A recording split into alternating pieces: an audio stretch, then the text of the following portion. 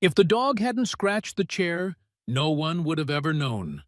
No one would have lifted the cushion. No one would have found the butterfly-shaped hair clip.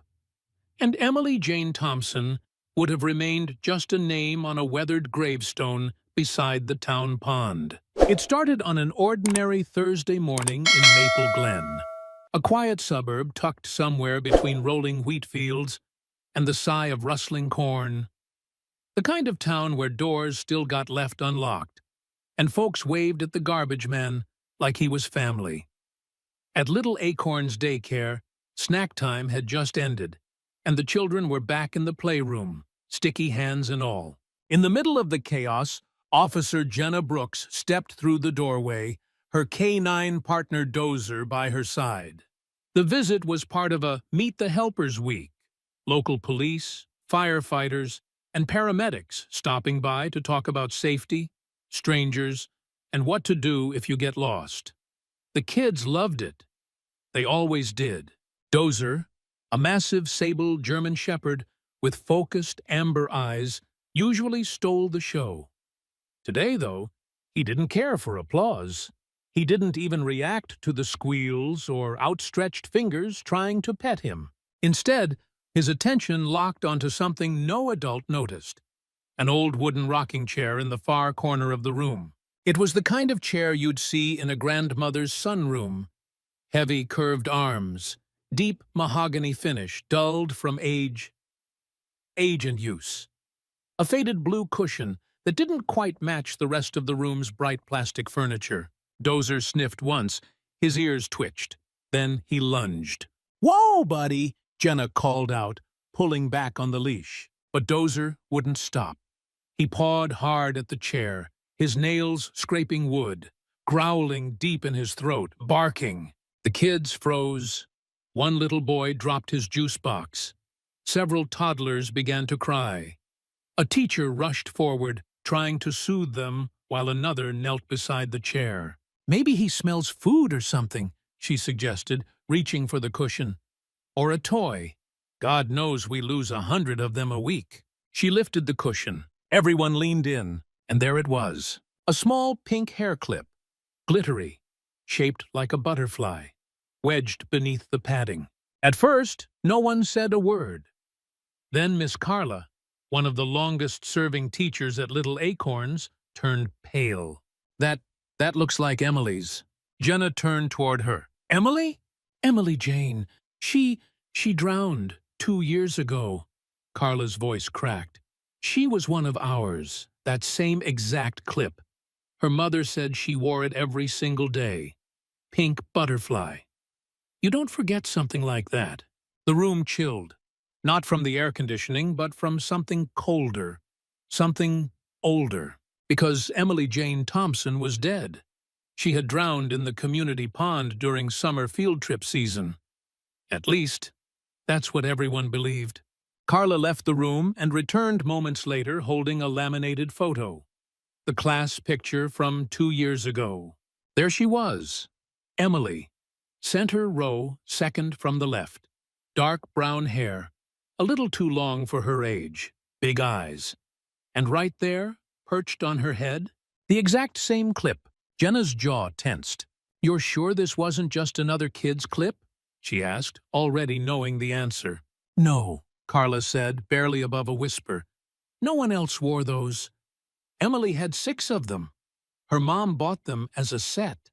Said they were lucky."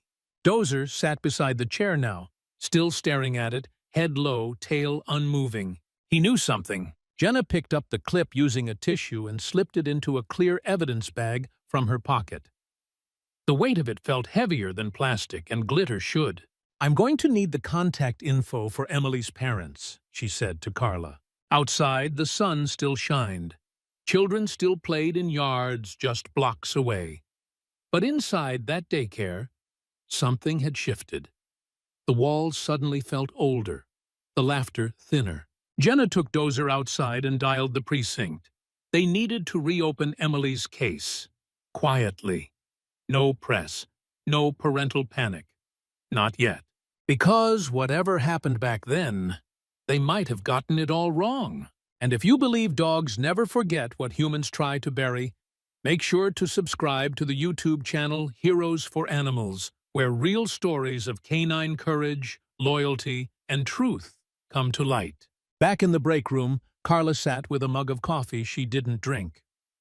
"They found her shoes by the water," she said. "That's why they thought she'd fallen in. But I remember thinking she was always scared of the pond." Jenna paused. "Scared how?" "She used to scream when we'd walk by, said there were monsters in it." Carla looked up. "We thought it was her imagination. Kids say stuff, you know." Jenna didn't respond right away. She stared down at the clip again. This wasn't imagination. This was something real. Something that had been sitting just feet away from children all this time.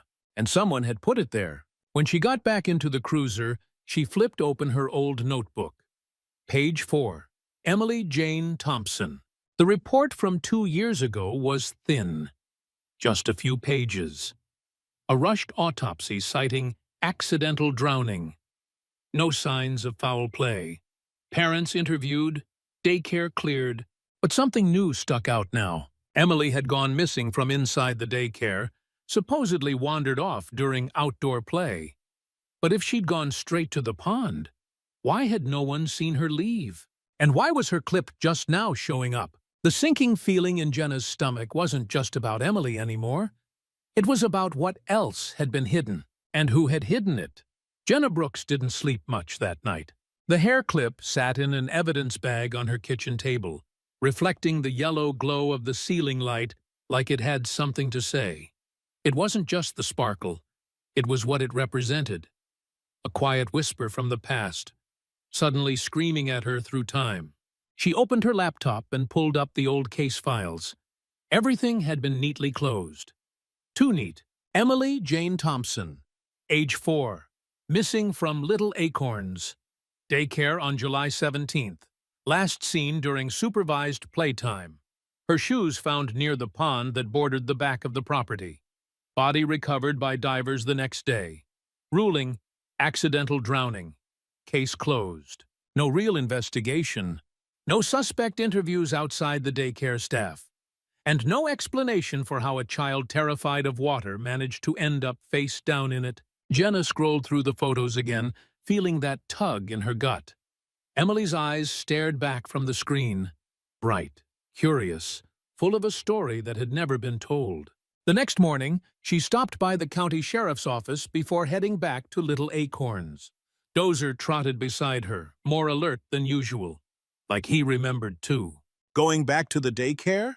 Her supervisor, Captain Reeves, asked as he poured his 4th cup of gas station coffee. "Yeah, I want to rewalk the site," Jenna replied. "The clip didn't get there on its own. Someone put it under that chair." Reeves nodded slowly. "You think someone at the daycare knows more than they said?" "I think we all assumed Emily wandered off, but that clip didn't wander anywhere. That was intentional." He didn't argue, just handed her a faded blue folder. "You might want this. It's the original witness interviews. There's not much, but something might stand out now." Jenna took the file and left, the sun glaring off her windshield like it had something to hide, too. Back at Little Acorns, things were quieter. The staff had done their best to stay composed, but Jenna could feel the tension in the air. There was an edge now, whispers in the hallway, extra eyes on every child. Carla met her at the front door, clearly rattled. Do you think it means something?" she asked. "I do," Jenna replied, her voice calm but firm. "And I need your help walking through everything from that day. Every detail, even the ones that didn't seem important back then." Carla nodded and led her to the staff room. She pulled a key from a chain around her neck and opened a locked filing cabinet in the corner. "I kept copies," she said. "Photos, notes, drawings Emily made. I couldn't bring myself to throw them away." She handed Jenna a zippered pouch, worn from time. Inside were childlike drawings in crayon. Flowers, sunshine, a stick figure family with labels like Mommy, Daddy, and Me. Then one drawing stopped her. It was different, darker. A small figure, clearly a child, stood in a square room. In the corner was what looked like a chair. Across the page loomed a larger figure, drawn in gray with sharp black lines, angry eyes, and behind the figure, something red. The date in the top corner made Jenna's stomach turn. July 16th, the day before Emily disappeared. "I don't remember this one," Carla whispered. Jenna did. She remembered finding drawings just like this during her academy internship. Things dismissed as imagination when they were really cries for help. "This wasn't a monster," Jenna said softly. "This was a person." Carla looked like she might cry. "But who?" Jenna turned the page over. In faint pencil, a small scribble. "Mr. B says don't tell." She left the staff room, heart pounding. There had been only one male staff member back then, Brett Ellis. He'd worked part-time as a teacher's aide while finishing community college. Quit suddenly just a few weeks after Emily's death. The file said he left for personal reasons. Jenna pulled out her phone and ran a search. Found him quickly, now working at another child care center, 2 towns over. Her pulse spiked. That afternoon, she returned to the daycare with Dozer and began a scent track using the recovered hair clip. She didn't expect much. It had been 2 years after all, but Dozer surprised her. The instant she uncapped the bag, he jolted to life, sniffed the air, let out a low growl. He sniffed along the playroom floor, across the corner where the rocking chair sat, and toward the back door, the emergency exit that led to the fenced-in playground. Then he did something Jenna didn't expect. He stopped at the old supply closet. It had always been there, mostly ignored. Just a cramped little storage space full of paper towels and finger paints. Dozer scratched at the baseboard, barked once, then twice. Jenna knelt down and ran her hand along the floor. There was a faint seam in the wood, something that didn't belong. With Carla's help, they moved the shelves aside. The back wall was hollow. A panel slid open with a reluctant groan. Behind it, just a shallow crawl space. And inside? Dusty toys, old crayon boxes, a torn stuffed bear, and scratched into the wall, barely visible through the grime, EM. Jenna stared for a long moment. Someone had kept Emily in here, maybe only briefly, maybe longer. But this wasn't where a lost child hid. This was where someone put her. She took photos of everything, called it in, requested a forensic team. Back in her cruiser, Jenna stared at the old case file again. Something hadn't sat right from the start. Emily's body had been found fully clothed, her socks clean, no dirt, no cuts on her feet. That pond had a rough bank. How did a 4-year-old wander there without a mark? Maybe she hadn't walked there at all. Maybe she'd been placed, carried, staged. That night, Jenna couldn't shake the feeling she'd stumbled into something bigger, something uglier. The clip, the drawing, the hidden space. Someone had gone to a lot of effort to make it look like Emily's death was an accident. But someone had slipped. A butterfly clip in a rocking chair was all it took to unravel 2 years of silence. And as Jenna sat in her living room, Dozer resting quietly at her feet, she knew one thing for sure. The real story hadn't even begun yet. The next morning, Jenna Brooks sat in her patrol car in the parking lot of the County Records Building, thumbing through an old manila folder that smelled like dust and forgotten mistakes. She didn't know what she expected to find in Brett Ellis's original employee file, probably just the standard HR fluff.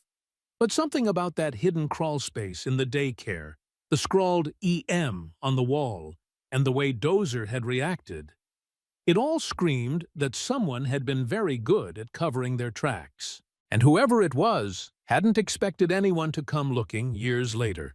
The folder itself was thin, bare bones. One background check, one vague character reference from a church youth group, and an exit interview that felt more like a shoulder shrug. Brett had left 2 weeks after Emily's death.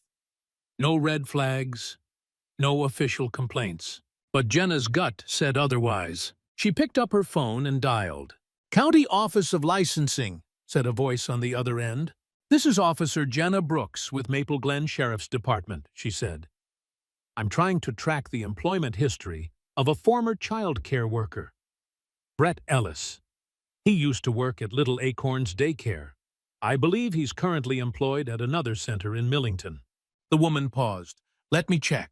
A few minutes of hold music. Then, "Yes, he's currently on file at Sunshine Meadow Preschool. Been there almost a year." Jenna scribbled the name and address. "Can you confirm if he has any past disciplinary actions or red flags on file?" Another pause. "No formal complaints filed in the system, but there's a note. Says he left his last job under sensitive circumstances, but no further detail. It's sealed." "Sealed?" Jenna Remy repeated. "Yeah, it's rare. Only happens when legal or law enforcement-related issues are involved." That was all she needed to hear. Sunshine Meadow Preschool was brighter than Little Acorns. Big glass windows, pastel walls, cheerful music floating through the open doorway. Jenna stood outside with Dozer, watching a staff member hand out goldfish crackers to a pair of toddlers in matching dinosaur shirts. She waited until the parents had filtered out and then walked up to the front desk. "Can I help you?" the receptionist asked with a polite smile. "Yes," Jenna said. "I need to speak with Brett Ellis. Official matter." The woman frowned slightly but nodded. "I'll go get him." It took less than a minute. Brett appeared in the hallway like he hadn't aged a day since the photos in the old file. Late 20s now, maybe early 30s. Still thin, soft voice, polite smile that didn't quite meet his eyes. "Hi," he said. "I'm Brett. Is there a problem?" Jenna held up her badge. "I'd like to speak with you privately." They moved to a small, empty room down the hall. Dozer stayed close, sitting at Jenna's heel, silent but alert. "I'm reopening an investigation involving the death of a child from Little Acorns," Jenna said. "Emily Jane Thompson. You worked there at the time." Something flickered in Brett's eyes. Surprise? Annoyance? Fear? It passed too quickly to read. "I remember," he said. "That was awful." "Do you recall anything unusual from that day?" Jenna asked. He shook his head. "No, I wasn't even outside when it happened. They said she wandered off and fell into the pond." "Did you ever speak with investigators?" "I gave a statement," he replied quickly. "It's all in the file." Jenna tilted her head. "Did you know they found one of Emily's personal items under a chair in the playroom last week?" He blinked. "No, how is that even possible?" "That's what we're trying to figure out," she said. "You left 2 weeks after the incident. Why?" Look, it messed me up, okay?" he said. "A kid dying while you're supposed to be keeping them safe. I didn't want to work with children after that. But I eventually came back to it. I love kids. Always have." Jenna stared at him for a long moment. Dozer gave a low grunt. "Thanks for your time," Jenna said, standing. "I may have more questions later." Back in her car, she jotted down every detail. Brett's nervous lip twitch, the way he avoided her eyes, the defensiveness masked in practiced grief. It wasn't much, but it was something. Then she did what every cop eventually does in the quiet. She started looking where no one thought to look before. She drove back to the station and pulled the original intake log for the day Emily died. The attendance sheet had names, arrival times, initials of whoever dropped off the children. And next to Emily's name, a time, 7:12 a.m. But her class didn't start until 8. And the initials? B. Jenna froze. Why would Brett be the one to sign her in? Only staff members were allowed to do that, typically assigned teachers or the front desk assistant. But Brett had no classroom duties that day. She opened her notes again. Cross-referenced statements from other teachers.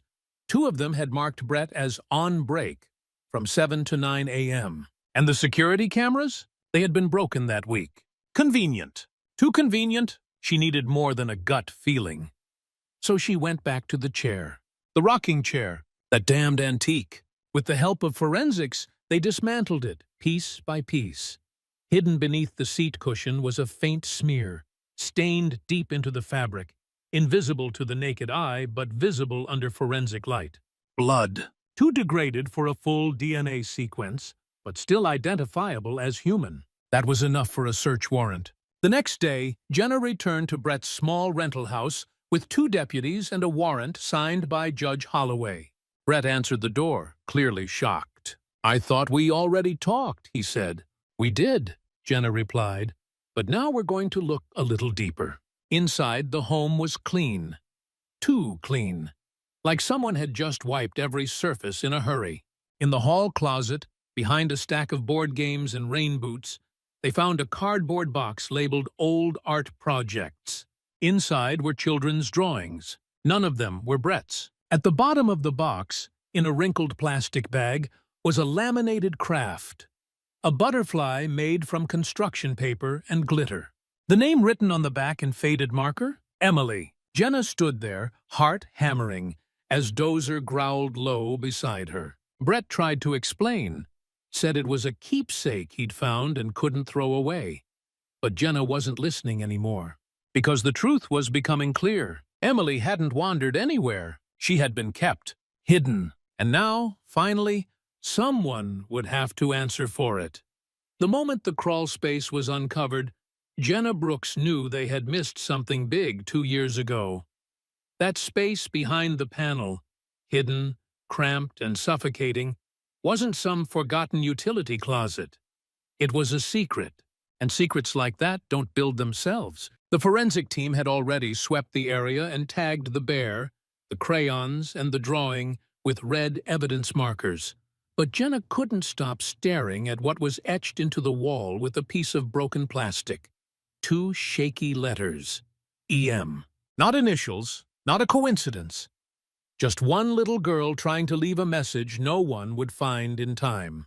Until now. She stood up slowly and turned to Carla, whose face had gone ghost pale. I didn't know this was here," Carla whispered. "We always thought it was just a storage wall. No one ever opened it." "No reason to," Jenna said softly. "Unless you were hiding something, or someone." Carla shook her head, her eyes wide. "This was during nap time. The lights were dimmed. We only had 3 staff on rotation that day, 1 off sick. No one was supposed to be in this part of the building." Jenna didn't say anything right away. Her mind was racing. If Emily had been held in this space, even briefly, then whatever happened to her wasn't an accident. This was intentional, controlled, timed. And someone who worked here knew how to manipulate the building well enough to use that hidden compartment. She reached for her phone and called the sheriff's office. "Yeah, Reeves here. Captain, we've got something. A hidden chamber in the playroom wall. Toys, art supplies, a teddy bear that looks worn, and the letters EM scratched into the interior." "Jesus," Reeves muttered. "Anyone know about it?" "Not officially, but this wasn't spontaneous. Whoever did this knew how to hide her." There was silence on the line for a beat. "You want us to reopen it as a criminal investigation?" "It's not a request," Jenna said. "This wasn't a drowning. This was a cover-up." By late afternoon, crime scene tape stretched across the daycare entrance. Parents had been alerted that the school was temporarily closed due to ongoing structural inspection. But the truth was already spreading through town. Maple Glen hadn't had a murder in 15 years. It was the kind of place that prided itself on normalcy. Safe streets. Little league. Block parties. No one locked their doors because they didn't believe evil could find its way in. But now, they were realizing it had already been here. Quiet. Patient. Working with their children. Inside the station, Jenna sat in front of a whiteboard covered with sticky notes and timelines. Emily had been marked present at 7:12 a.m. She was missing at 9:35 a.m. Her shoes were found near the pond around 10 a.m. Her body recovered from the shallow end just after 1 p.m. The timeline had always bothered Jenna, even when she was new to the force. It didn't make sense that no one saw her leave the daycare. The building was small, the yard enclosed.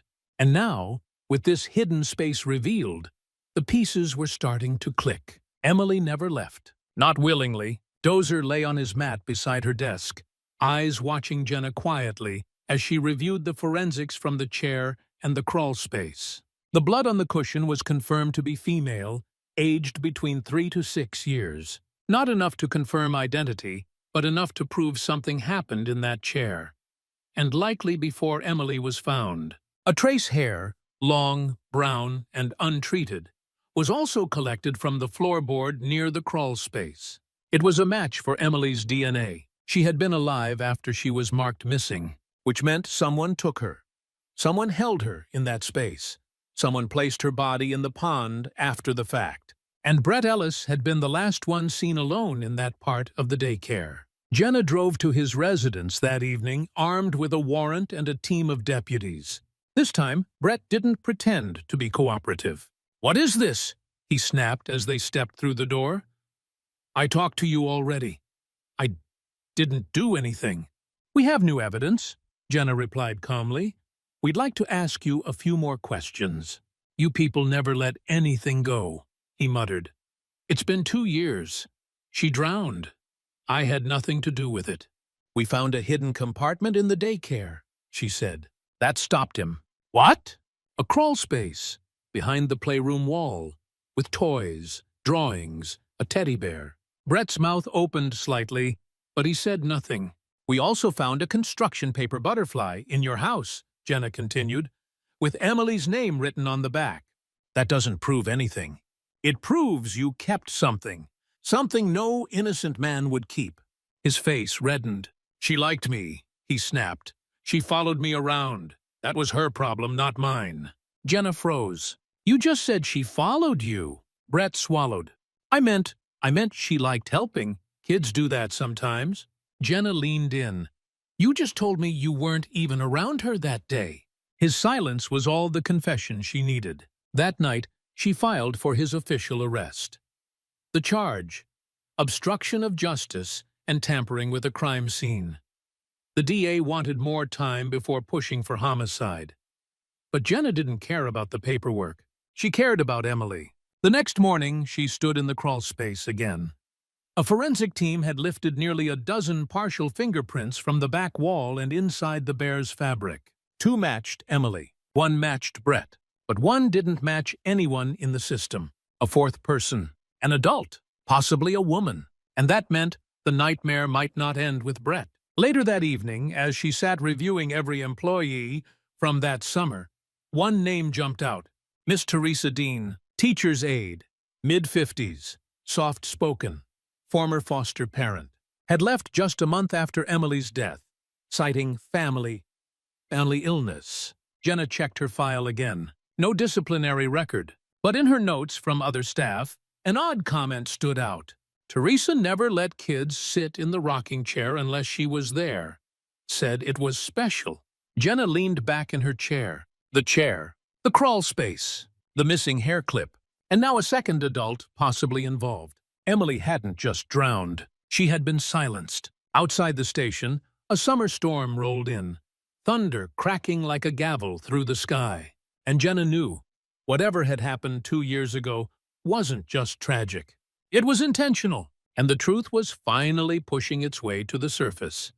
Jenna Brooks stood in the evidence room, arms crossed, staring at the rocking chair like it might start talking. In a way, it already had. For days, the chair had been sitting there, roped off, isolated under a plastic dust sheet, silent and unnerving. It had been with children every day, a fixture in the playroom. It had rocked kids to sleep, sat in the corner during story time. Teachers had leaned on it. Parents had walked right by it. And all along, it was hiding something. It had hidden blood. It had hidden Emily. And possibly, it had hidden evil. The forensic report sat on the table next to her. The dried blood found beneath the cushion was now confirmed to be a match for Emily Jane Thompson, even after 2 years. That alone shifted the entire investigation from possibility to certainty. Jenna opened the folder labeled Recovered Items, Daycare, and pulled out the photos. Not just of the chair, but the crawl space, the teddy bear, the butterfly clip, the child's drawing. One in particular stood out again. Emily's crayon drawing of a little girl alone in a box, a shadow figure looming, and in the corner, almost missed, was a sketch of the same rocking chair. Deep curved arms, the same shape, same lines. The chair had been part of the story all along. That afternoon, Jenna visited Carla again. They sat in the empty daycare hallway, a sense of stillness hanging in the air like something sacred had been disturbed. "Did you ever notice anything strange about the chair?" Jenna asked. Carla hesitated. "I mean, it never matched the rest of the furniture," she admitted. "Everything else was bright, soft-edged, plastic or fabric. That chair, it was antique, old-fashioned, looked like something from your grandma's attic. Where did it come from?" Carla furrowed her brow. "Now that you mention it, I'm not really sure. I assumed it was always here." "Was it purchased with school funds?" "I don't think so." Carla paused. "Wait, Teresa. I think she brought it in." "Teresa Dean?" Carla nodded slowly. "Yeah. One day it just showed up, and she told the staff director she'd donated it. Said she'd had it in storage and thought it would add warmth to the room." Jenna felt her stomach tighten. Teresa Dean. The name had hovered in the back of her mind for days. Former foster parent, daycare aide, left suddenly after Emily's death. No record, no complaints, too clean. Until now, Jenna pulled up the daycare's donation records and matched handwriting samples from the personnel forms. A thank you card included in the log confirmed the chair was from Teresa Dean's personal collection. She had brought it in just 6 days before Emily's disappearance. The same week, Brett Ellis had begun working unsupervised in the mornings. Jenna and Dozer paid Teresa a visit that evening. Her house sat on the far side of Maple Glen, away from the busy town center, an aging 2-story tucked behind an overgrown hedge and flaking shutters. A wind chime clinked hollowly as Jenna knocked on the door. Teresa answered with a look of pleasant surprise. "Well now, I haven't had company in a while," she said, brushing her silver hair behind one ear. "Are you from the church?" "No, ma'am. I'm Officer Jenna Brooks with the Maple Glen Sheriff's Department." "Oh." Her smile thinned, but she opened the door wider. Come in, come in." Inside smelled like lavender and dust. Lace curtains, porcelain dolls, and framed Bible verses adorned the walls. A mantel photo showed her with a group of children, foster kids, presumably. She offered sweet tea, which Jenna politely declined. "I need to ask you some questions about little Acorn's daycare," Jenna began, "and about Emily Jane Thompson." Teresa's face twitched just slightly. "That was such a sad time. Poor thing. Drowned, didn't she?" "She was found in the pond," Jenna replied. "But now we're not so sure how she got there." Teresa blinked. "Oh? You brought a rocking chair into the daycare about a week before Emily went missing. Is that correct?" Teresa nodded slowly. "Yes, I thought it might help with story time. The old one had a crack. I didn't think anyone minded." Do you remember what day you brought it in? She paused. "Must have been a Monday. I remember because I helped set up for the week's theme, bugs and butterflies. That's what the kids were drawing that day." "Butterflies," Jenna made a note. "Were you working the day Emily disappeared?" Teresa's eyes flickered. "No, I was sick that morning. I didn't come in until Thursday." "That's not what the staff log says," Jenna said, sliding a photocopy of the schedule across the table. "You were clocked in at 7:30 a.m. and signed out around 10:15. Teresa glanced at the paper, her hands folding in her lap. "Must be a mistake." Dozer gave a low grunt, shifting beside Jenna's leg. Teresa tried to smile, but it faltered. "Sometimes I forget things," she said quietly. "Did you know Brett Ellis was working alone in the playroom that morning?" Jenna asked. "I thought he was shadowing me," Teresa said. "We were training him." "And did Emily often spend time alone with you?" "She was shy," Teresa said. "Preferred quiet corners. Sometimes she'd sit on my lap and color while I read." "Did she ever tell you anything that made you uncomfortable?" "No." Teresa shook her head. "She was a sweet child, imaginative." Jenna studied her face. Do you know what happened to her? A pause. Then, she drowned. That's what they said. But that's not what you believe. Another pause. She was a delicate girl, Teresa said softly. Some children aren't made for this world. It's too loud, too cruel. Jenna stood. Thank you for your time. Teresa didn't stop her, didn't ask for updates, didn't seem surprised. Back at the station, Jenna ran Teresa Dean's name through every public database she could access. What she found turned her stomach. In the late 90s, Teresa and her late husband had been under investigation for foster care violations, emotional abuse, excessive isolation, unapproved punishments. But the case had been dismissed due to lack of evidence. Still, 3 foster children had been removed from the home. That wasn't coincidence. That was pattern. Later that night, Jenna reviewed the daycare security reports again. Something she'd missed before finally clicked. The emergency back door, which had supposedly been locked the morning Emily vanished, had been left ajar for exactly 6 minutes, from 9:27 to 9:33 a.m. That was after Emily had been marked missing, but before her shoes were found by the pond. Someone had staged the scene, planted the shoes, used the door, and Jenna was beginning to believe it wasn't just Brett Ellis acting alone. Emily had known something. She'd drawn it.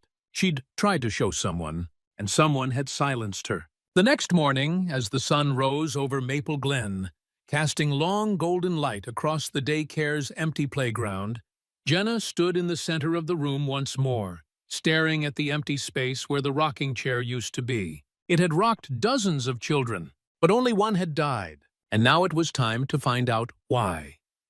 The sting operation was quiet by design. No sirens, no flashing lights, just unmarked vehicles, neutral clothes, and slow-moving agents. Jenna Brooks stood inside her SUV parked across from Sunshine Meadow Preschool, her fingers clenched around a coffee cup she hadn't sipped in over an hour. Dozer sat alert beside her, sensing the tension in her stillness. Across the street, Brett Ellis moved through the preschool's parking lot like it was any other day. Light backpack. That same fake smile. The man who, 2 years ago, had lied to her face about a little girl's final hours. Only today, he wasn't just on the radar. He was being watched. But Brett wasn't the only target. The focus had shifted since the chair, the crawl space, and the files on Teresa Dean. Jenna had quietly convinced the sheriff's office and the DA to reopen the case, not as a single offender investigation, but as a collaborative concealment, a conspiracy. Because in towns like Maple Glen, evil rarely works alone. It finds silence. It feeds on it. At 10:13 a.m., Teresa Dean pulled into the preschool lot. Right on schedule. She stepped out of her car, wearing the same neat slacks and pastel blouse as always, smiling, nodding at staff. She looked like someone's kind aunt, someone who brought home-baked cookies to church socials, not someone who had once supervised a hidden crawl space meant to confine a child. But today, Jenna had more than suspicion. Back at the precinct, a judge had reviewed the newly uncovered evidence. DNA matches in the rocking chair, fingerprints in the crawl space, inconsistencies in the staff logs, and damning recordings from Teresa's last conversation. Jenna had worn a wire, and in that recording, Teresa had said one thing that turned the case. Some children aren't made for this world. That wasn't just a passive opinion. That was motive. At 10:31 a.m., the preschool director was called outside to check on a reported issue with a delivery truck. That was the window. 2 plainclothes deputies approached the classroom where Brett was reading a story to a group of toddlers. He looked up, startled, then pale. "Mr. Ellis?" one deputy asked calmly. "We need to speak with you." Jenna waited as they escorted him out. Dozer's ears perked as Brett was placed in the back of a county SUV. A few minutes later, 2 more deputies approached Teresa in the preschool hallway. She turned, expecting a warm greeting. Instead, they showed her the warrant. "Teresa Dean, you are under arrest for obstruction of justice, destruction of evidence, and accessory to the unlawful death of Emily Jane Thompson. Her mouth fell open. Her voice cracked. You can't do this. But they already had.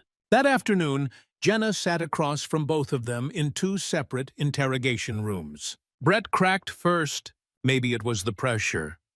Maybe it was the realization that Teresa wasn't going to protect him anymore. It wasn't supposed to go that far, he muttered, rocking slightly in his chair. She was just crying. Wouldn't stop. I put her in the closet to calm down. Teresa said it was okay, said she'd done it before with other kids. Jenna sat motionless. She said we just needed to keep her quiet until pickup. Said if we told the director she'd wandered off, they'd believe it. They always do. And then? Jenna asked. She stopped making noise. His voice cracked. She wasn't moving. We panicked. He claimed Teresa told him what to do next. She said we'd put her near the pond, that the police would think she wandered. They always blame the pond. And for a time, it worked. When Teresa was questioned, she denied everything. Calm, composed, but no longer convincing. You can't blame me for another person's mistakes, she said. I didn't harm that child. You facilitated it, Jenna replied. You brought in the chair. You created the hiding spot. You watched a scared little girl draw monsters on paper and did nothing. She was fragile, Teresa said quietly. She wasn't like the others. And now she's dead. Teresa blinked slowly, then looked away. No remorse, just silence. Emily Jane Thompson's case was formally reclassified as homicide. The press release was carefully worded, focusing on newly uncovered evidence and ongoing legal proceedings. Jenna didn't care about the headlines. She cared that Emily's name was no longer written off as a tragedy. She cared that people finally understood. Someone had done this. This wasn't a random accident. It was cruelty, buried beneath routine and trust. The rocking chair, the crawl space, the butterfly clip, they weren't just items anymore. They were testimony. A few weeks later, Jenna returned to the daycare. The building had been cleaned, repainted, the walls scrubbed of their ghosts. But the corner where the chair once sat was now empty. No toy shelf, no art easel, just a soft rug and a patch of quiet. Jenna stood there for a long time. Carla joined her and placed a small picture frame on the floor. Inside was a drawing, a butterfly, crayons and glitter. The name Emily written in neat letters across the bottom. She mattered, Carla whispered. She really did. She still does, Jenna replied. On the way out, Jenna passed by a group of children running toward the swings, laughter chasing them across the playground. For a brief second, she imagined a girl with dark brown hair and a pink butterfly clip, finally free from hiding. As she walked back to her cruiser, Dozer jumped up beside her, tail wagging faintly. She gave him a scratch behind the ear. "We did it, buddy." Dozer let out a soft huff, eyes alert but peaceful. The mission, for now, was over. Thank you so much for following this journey with us. Emily's story is one of thousands of silent tragedies waiting to be heard, waiting for someone to listen, someone to care. What do you think could have been done differently that day at the daycare? And more importantly, would you have noticed what that dog saw when no one else did?